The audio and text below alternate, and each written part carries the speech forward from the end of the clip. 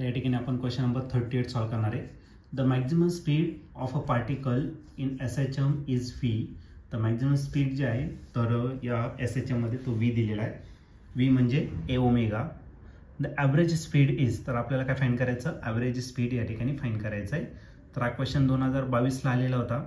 याच्या 4 ऑप्शनपैकी पहिलं जे ऑप्शन आहे ए ते आहे 3v डिवायडेड बाय पाय, बी ऑप्शन आहे 4v डिवायडेड बाय पाय, सी ऑप्शन आहे v डिवायडेड बाय पाय आणि लास्ट डी ऑप्शन आहे 2v डिवायडेड बाय पाय. तर या 4 ऑप्शनपैकी या क्वेश्चनचा करेक्ट आन्सर काय असेल तर याला आपण सॉल्व करूया आणि मग डिसाईड करूया. तर या क्वेश्चनमध्ये आपल्याला मॅक्झिमम स्पीड पार्टिकलचं दिलेलं आहे आणि ॲव्हरेज स्पीड आपल्याला या ठिकाणी फाइंड करायचं आहे. तर मॅक्झिमम स्पीड जर घेतलं v मॅक्स तर याचा फॉर्म्युला असतो a ओमेगा. ए म्हणजे आपलं काय, ॲम्प्लिट्यूड, आणि ओमेगा काय असेल तर अँग्युलर फ्रिक्वेन्सी किंवा अँग्युलर वेलॉसिटी. ही मॅक्झिमम वेलॉसिटीचा फॉर्म्युला आहे. आता आपल्याला या ठिकाणी काय फाइंड करायचं आहे, ॲव्हरेज स्पीड फाइंड करायचं.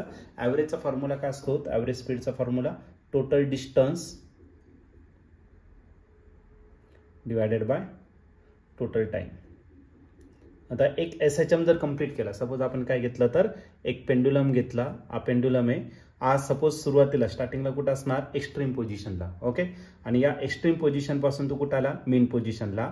त्या केसमध्ये त्याचं जे मॅक्झिमम डिस्प्लेसमेंट होतं ते होतं तुमचं ॲम्प्लिट्यूड इतकं, आणि पुन्हा इथून तो कुठं जाणार आहे, परत पॉझिटिव्ह एक्स्ट्रीमला जाणार.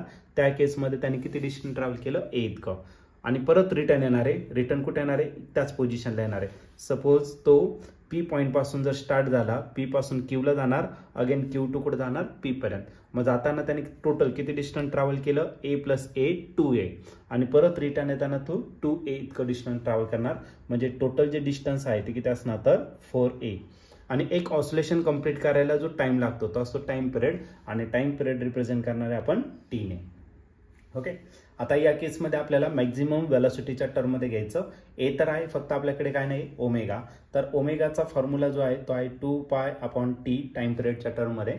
मग टी जर घेतला तर t इज इक्वल टू भेटेल आपल्याला 2π/ओमेगा. मग ही व्हॅल्यू आपण याच्यात पुट करून टाकू, 4a as it is, and this t is replace by 2π/ओमेगा. त्याचं रिझन, ओमेगा डिनॉमिनेटरच्या डिनॉमिनेटरला आहे, पुढे जाणार न्यूमरेटरला. ओके, मग राहिला 4a omega divided by 2π.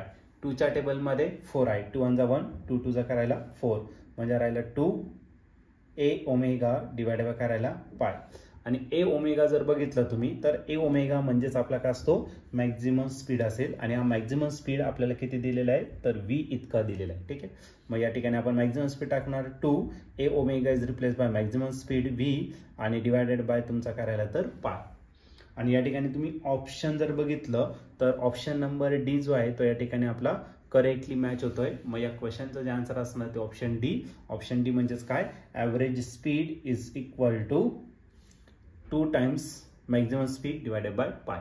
Okay, तर हा असेल तुमचा ॲव्हरेज स्पीडचा formula in terms of maximum speed.